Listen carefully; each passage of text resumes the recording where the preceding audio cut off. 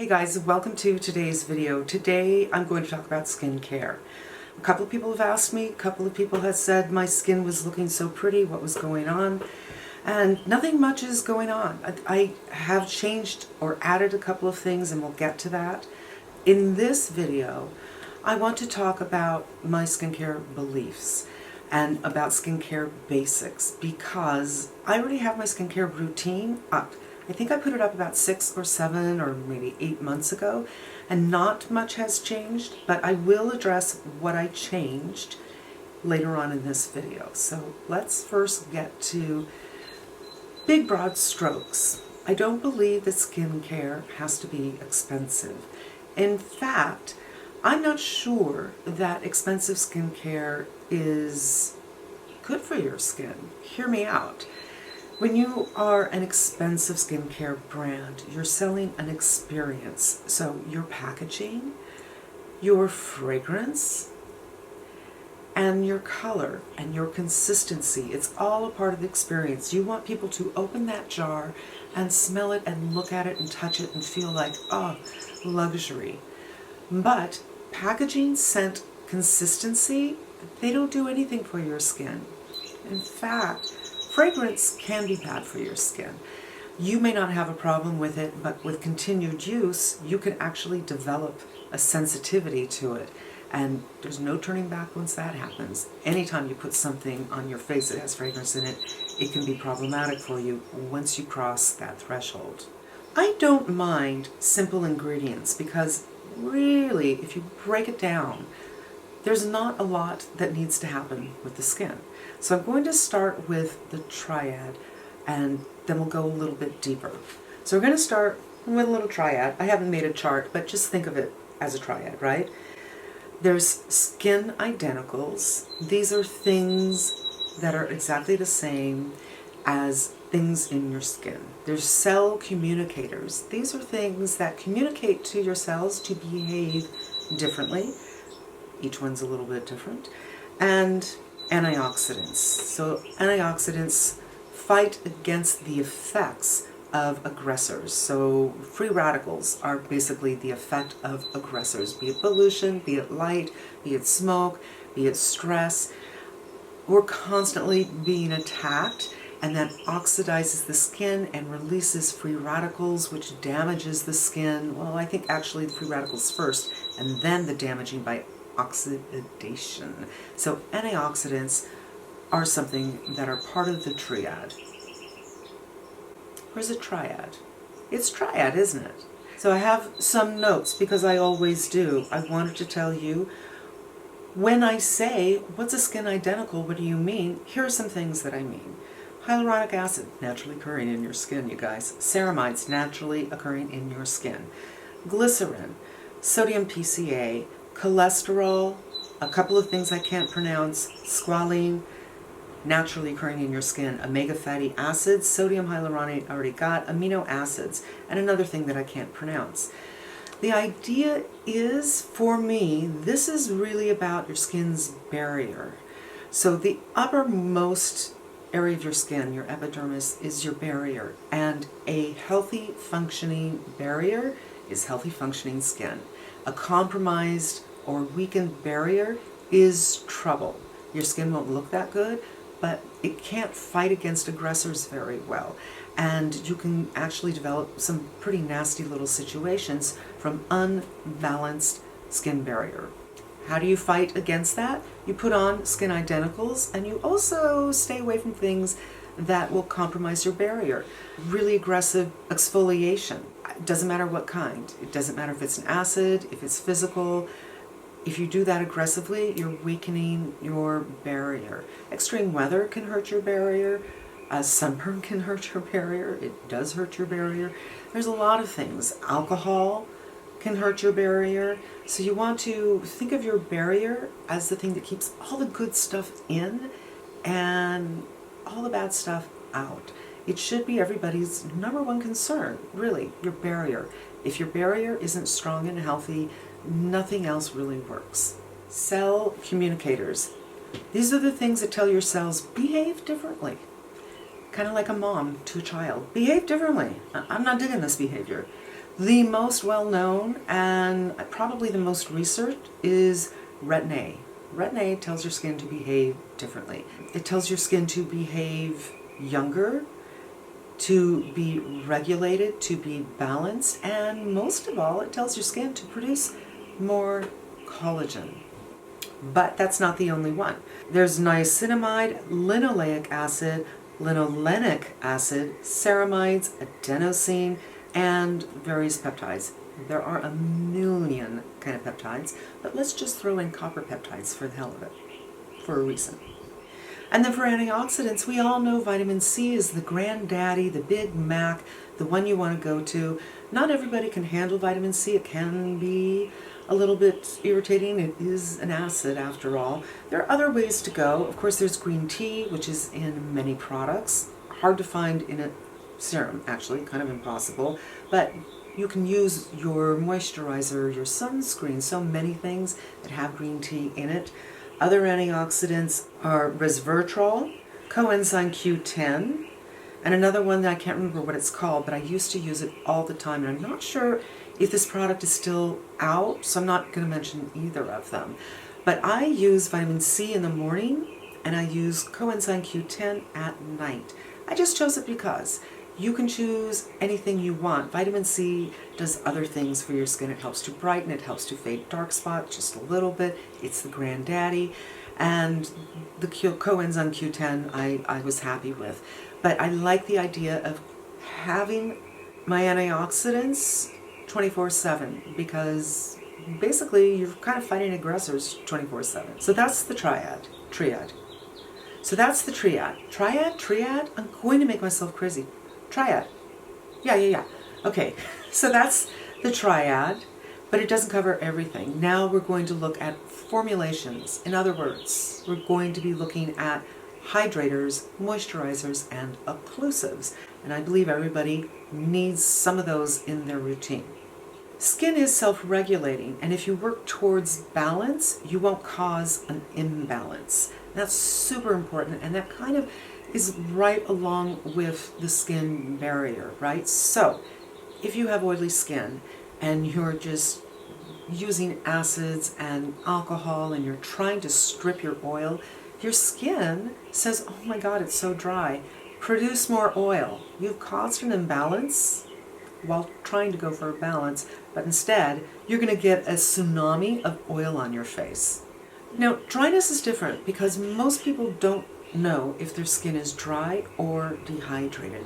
And you do have to kind of educate yourself. And there's no better way to educate yourself than with an 8X mirror. And really take a look at your skin in the morning, at night, before you wash it, and after you wash it. For me, I can look after I wash it at the end of the day and I'll see signs of dehydration. Just washing my face and splashing that water onto my skin rehydrates my skin on the uppermost levels. I absolutely see a difference, and that helps to determine, am I dry? Am I dehydrated? I'm dehydrated. One thing you can do is wash your face. Don't put anything on it and just wait. Wait for half an hour, touch it. What's it feel like? An hour, what's it feel like? Does it feel dry, or do you feel some oils coming up? But you're dehydrated when you look in the mirror. That's one way you can give your skin a little test to see what's going on. But you have to pay attention to your skin consistently to really see what's going on. And what does it feel like? Generally, if your skin is tight, it's dry. In the same vein, there is a difference between hydration and moisturization that I think a lot of people don't understand, including brands. I've seen people who are heads of brands who put an oil on and say, this is so hydrating, and it's like, stop. I'm never buying anything from you, because you don't understand it. And I find that it happens a lot with younger women who I watch on YouTube. They call things hydrating when they're really moisturizing, and the opposite. When you're in your 20s, you can pretty much do anything. As long as you're doing something, and your skin's not going to care. But when you get a little bit older, you need to understand the difference between hydration and moisturization and know which one your skin needs. Probably needs both, but how much of each one. So let's talk about a basic skincare program for day. Cleanse, hydrate, moisturize, sunscreen. 4 things. For evening, it would be around the same thing, but you would put in your actives, and you might put in something that is occlusive on top of everything. So you can put on a lot of hydrating toners, but if you don't put something occlusive on top of it, it's just going to evaporate. Oh, and you get that thing called transepidermal evaporation. That's something you don't want. So after you put on essences, you need to, essences, hyaluronic acids, they're looking for moisture, they'll pull it into your skin. It's your job to give them that moisture, unless it's rainy or you live in a very humid climate. So I put on my essences, and then I put on a light lotion that is very hydrating. So it sucks that into the skin and plumps it up. And then I put on something that's a little more occlusive, a little more moisturizing, and then I go in with my sunscreen. And all of this is in my video about my daytime program. I also have one on my nighttime program. And I name each product I use, what the ingredients are, why I like them, and how I use them. And that has only changed a little. So let me tell you what I've been doing for the last maybe 8 months, 9 months, 10 months. Each one's a little bit different. That may have changed my skin. I honestly don't see a change, but I've been doing a lot. And I have wanted to do videos on many of these things, but we'll talk about that. 1.5 liters of water every day. I try. I don't always make it, but I try. And when I don't, I see it in my skin. I hydrate from inside, and you should too. It's so good for your skin. It's good for your mental clarity. When I'm dehydrated, I can get a headache. I can feel it in my body. Drink enough water. 2, I have been using Retin A since October. I'm still not up to using it every day. I actually don't really use it alone either. I usually mix it with a little moisturizer as a buffer, but I'm working up to getting to use it, 5 times a week, 7 times a week. I have been using Retin A products for about 3 or 4 years, very consistently, and inconsistently for probably 8 years. I got a red light. Yes, I've been wanting to talk about red light, what it does, how it works, what I use for months. And then Angie did something in the beginning of the year, and I thought, well, I guess I'll wait. Because I figure if you are following me, you probably follow her, and I didn't want to be redundant. And then a couple weeks go by, and she does another one. But I do want to do something on red light and explain it to you, how it works, and what you can expect from it, and what I use. The product that I use is something that she hasn't spoken about. Let's hope that she doesn't, so I at least have something to bring to the table. But I have been using red light. When I first got it, I was using it, sorry about that, almost every single day, about 5 or 6 times a week. And I did that for many months, and I would say in the past 3 months, I cut down considerably for various reasons that are too stupid to go into. They'd be stupid to you. They're also stupid to me, actually. So I'm probably doing it maybe 3 times a week, and I'm trying to get back into doing this more frequently. But I really like the red light. Am I seeing a difference? I'm not sure, because I'm doing so many things. But I do like it, and I will be doing a video on it. Microneedling. Yes, I have a few videos on microneedling. I started microneedling last January, and I did it every single month except for one. So let me segue into that one. In August, and I guess August and September, I did Morpheus 8, and I just didn't line them up. I didn't set the date appropriately, and I didn't want to have like 3 days down from shooting from the Morpheus 8 and waiting for my 30 days to pass to do my microneedling again, because your skin needs to go through a process of recovery before you microneedle again. And then I microneedle my forehead and my upper face. And I just thought, I'm going to be down for too long. So I missed 1 month so that I can synchronize them the next time I did the Morpheus 8. Yes, I did the Morpheus 8, and I don't have much to say about it. I did it twice. I went for my 3rd appointment, and my doctor and I agreed there wasn't much going on. And he said, you're probably not going to see a change if we do it a 3rd time. So we moved on to some other ideas. There are pictures online where you can see a huge difference. I don't know why it works on some people and not on others, but your doctor will understand. And in fact, I have to say, my doctor kind of discouraged me from doing it, but I was so adamant, no, this is going to work for me. I know it, I want it. And he's like, okay. And I wish I had listened to him because I would have saved myself a lot of money. But I did do Morpheus 8. We did it, he did right through here, around the mouth, and about from here down through the neck. And I really don't see any difference from that. So there's no video on it, there's no nothing on it. But I do microneedle, and I decided after a year of doing it once a month, I'm going to change it a little bit and maybe do it every 6 weeks, because when I microneedle, I have to pull back on my Retin A for a couple of days and then start all over again. And it's really important to me to get the Retin A consistently into my system so I can tolerate it 5 to 7 days a week, and stopping every month for several days isn't helping. So I've decided to pull back on that and do it maybe every 6 weeks instead, and maybe every 2 months, depending on what's going on, so I can make advances with my Retin A.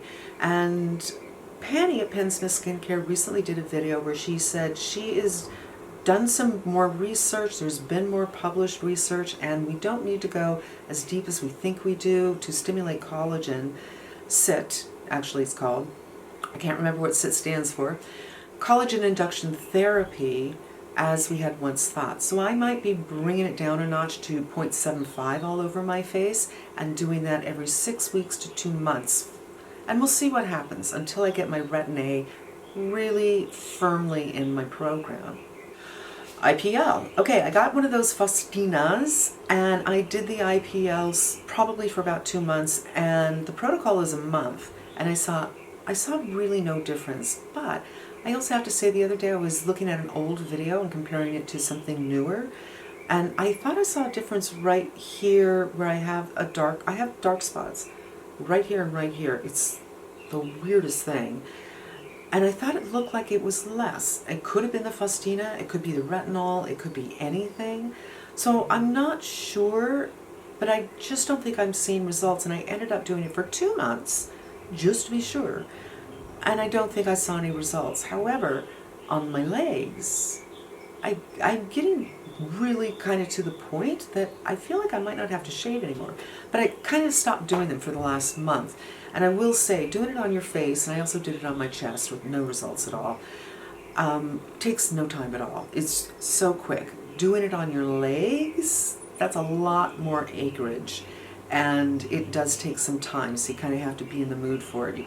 So I am going to get back into the Faustina and give it some more tries, but I may be doing IPL in the doctor's office. We'll see.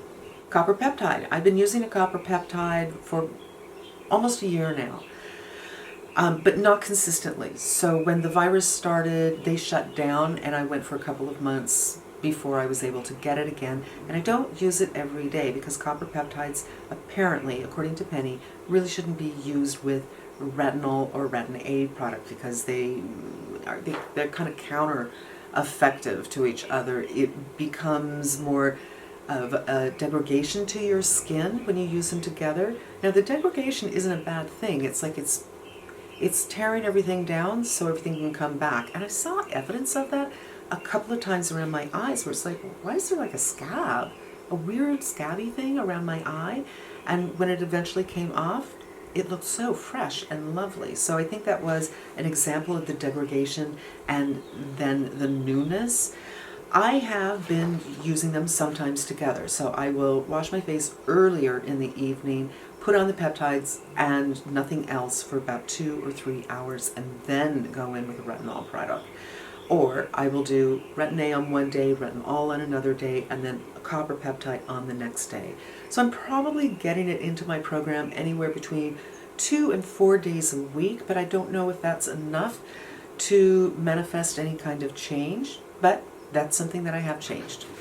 The Nua RF I have been using probably since January. I will do a video on that. I have thoughts on it, I have ideas on it, and it's just a lot of work because I go and read the clinical stuff on this, and I'm not a scientist or a doctor, so you know, it's a lot of head work for me, and it's a lot of prep. Another thing I've been doing very consistently for several months, maybe since the summer, is I've been doing facial massage. So I also do the MyoLift, and I did a video on that. There are days, it's not very often, where I'll do all 4 things in one day. And then there are days where I'll break it up. I'll do 2 things in the morning, I'll do 2 things at night. There are days when I do nothing at all, and there are days like today, which is a little more common. I will do massage in the morning, and then I will put on a mask that has a lot of green tea in it, and then I will do my red light for 12 minutes. And that's my morning. And I do that probably 4 times a week, not every day, but I'm finding more and more I'm doing the facial massage. And the facial massage has, the major benefit is it's a lymphatic drainage if you do it right. So you're not going in hard, and you're looking to your lymph nodes and really clearing things out. So that gets rid of puffiness and helps to bring things up a little bit. But facial massage also stimulates your skin. And I used to think, well, I exercise, so the blood's flowing anyway. But when you stimulate the skin directly, the blood flows in a different way. It's not like it's coursing through your body. It's like it's going to this area that you're manipulating, that you're touching. And your blood rushes into that, and it feeds your skin cells. Yes, blood feeds your skin cells. You want that kind of nourishment. And I have been doing that quite regularly, and it's possible that has changed my skin a little bit. I don't know.